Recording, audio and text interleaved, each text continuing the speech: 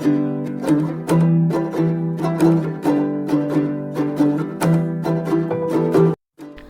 Hello friends, welcome back to Kumbakonam savouries. நாம் இன்றைக்கி நம்மளோட சேனலில் பூஜை அறையில் உபயோகப்படுத்தக்கூடிய ஒரு வாசனை பொடி ஒன்று தான் பார்க்க போகிறோம்.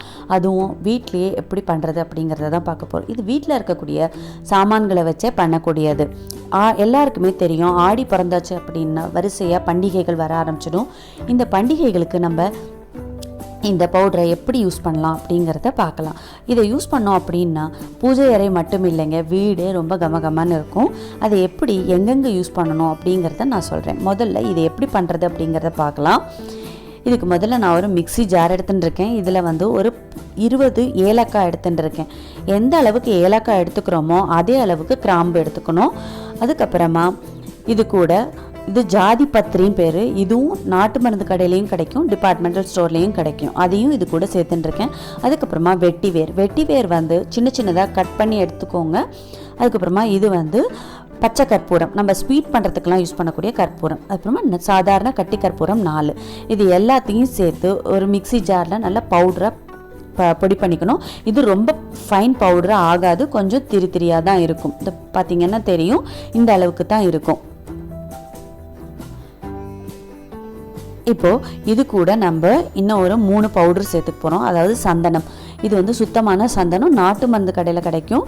இதையும் இது கூட சேர்த்துக்கிறேன். இது ஒரு 4 டேபிள் ஸ்பூன் அளவுக்கு எடுத்துட்டுருக்கேன். இது கஸ்தூரி மஞ்சள் எல்லாருக்குமே தெரியும், நல்ல வாசனையாக இருக்கக்கூடியது.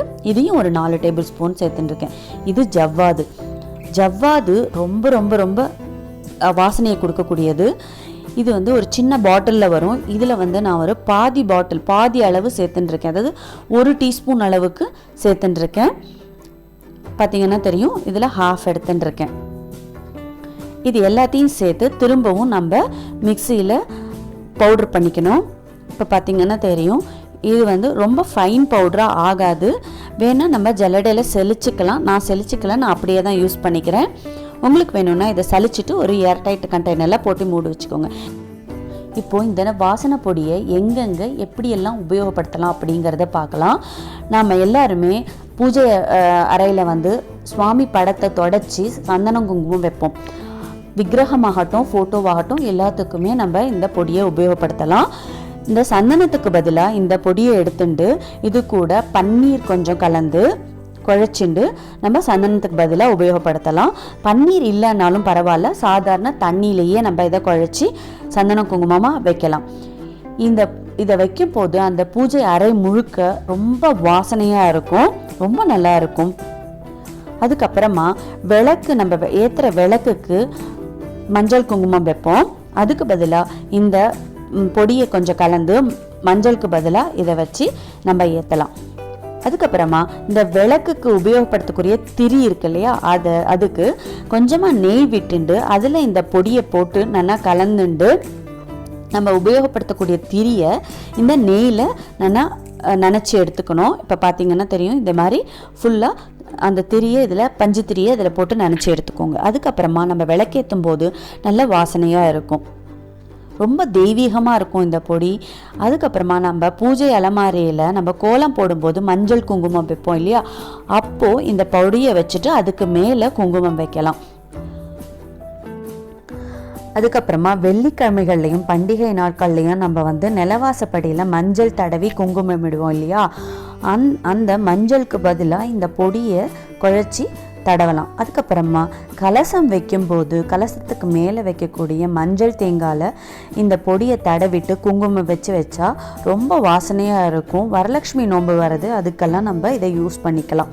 அதுக்கப்புறமா சந்தனம் கரைக்கும் போது நவராத்திரி எப்போ நம்ம வெத்தலை பாக்கு கொடுக்கும்போது சந்தனம் கரைப்போம் இல்லையா, அதுலேயும் இந்த பொடியை போட்டு கரைச்சிக்கலாம், ரொம்ப வாசனையாக இருக்கும். அப்புறமா சுவாமிக்கு நம்ம ஆரத்தி எடுப்போம் இல்லையா, அந்த ஆரத்தி எடுக்கும்போது அதுலேயும் இந்த பவுடரை கலந்து ஆரத்தி எடுத்தோம் அப்படின்னா ரொம்ப வாசனையாக இருக்கும். அந்த ஆரத்தியில் எடுக்கக்கூடிய ஜோதி விளக்கில் திரியில் நெய்யோட இந்த பொடியை சேர்த்து ஏற்றினோம் அப்படின்னா இன்னும் வாசனையாகவே இருக்கும். அதோடு மட்டும் இல்லை, வீடு துடைக்கும் போது கல்லுப்போடு சேர்த்து இந்த பவுடரை கலந்து நம்ம துடைச்சோம் அப்படின்னா வீடு ஃபுல்லாக கமகமான்னு இருக்கும். நம்ம இந்த மாதிரி அகல் விளக்கு ஏற்றி வைப்போம். மேலே தண்ணி விட்டு வாசனை திரவியம் போட்டு வைப்போம். அந்த வாசனை திரவியத்துக்கு பதிலாக இந்த பொடியை போட்டு ஏற்றினா அந்த தண்ணி சூடாகி நல்ல வாசனை கிடைக்கும். அப்புறமா நிறையா பேருக்கு இந்த உருளியில் பூ போட்டு வைக்கிற பழக்கம் இருக்குது. அந்த மாதிரி பூ போட்டு வைக்கும் போது அந்த தண்ணியில் இந்த பவுடரை மிக்ஸ் பண்ணி வச்சோம் அப்படின்னா கொசுவும் வராது, வீடு ஃபுல்லாக வாசனையாகவும் இருக்கும். இந்த வாசனை பொடியை நம்மளோட வீடுகளில் பூஜைக்கு மட்டும் இல்லாமல் பல இடங்களில் பயன்படுத்துகிறோம். அதனால் வீடே நல்லா கமகமன்னு இருக்கும், நல்ல பாசிட்டிவ் வைப்ஸும் இருக்கும். இந்த பூஜை பொடியை நீங்கள் உங்கள் வீட்லையும் ட்ரை பண்ணி பாருங்கள். ட்ரை பண்ணி பார்த்துட்டு எப்படி இருந்தது அப்படிங்கிறத எங்களுக்கு கமெண்ட் செக்ஷனில் கமெண்ட் பண்ணுங்கள். இந்த வீடியோ பிடிச்சிருந்தது அப்படின்னா லைக் பண்ணிக்கோங்க. அதோடு மட்டும் இல்லாமல் இந்த வீடியோவை உங்களோட ஃப்ரெண்ட்ஸ் கூடயும் ரிலேட்டிவ்ஸ் கூடயும் ஷேர் பண்ணிக்கோங்க. மறக்காமல் நம்மளோட கும்பகோணம் சேவரிஸை சப்ஸ்கிரைப் பண்ணிக்கோங்க. சப்ஸ்கிரைப் பண்ணிக்கிறதோடு மட்டும் இல்லாமல் பக்கத்தில் இருக்கிற பெல் ஐக்கனையும் கிளிக் பண்ணிக்கோங்க. அப்போ தான் நம்ம போடுற வீடியோஸ் எல்லாம் உங்களுக்கு நோட்டிஃபிகேஷனாக வந்து சேரும். இந்த வீடியோவை கடைசி வரைக்கும் ஸ்கிப் பண்ணாமல் பார்த்ததுக்கு ரொம்ப நன்றி. பழமையை புகுத்துவோம், பாரம்பரியத்தை காப்போம், ஆரோக்கியத்துடன் வாழ்வோம். தேங்க்ஸ் ஃபார் வாட்சிங்.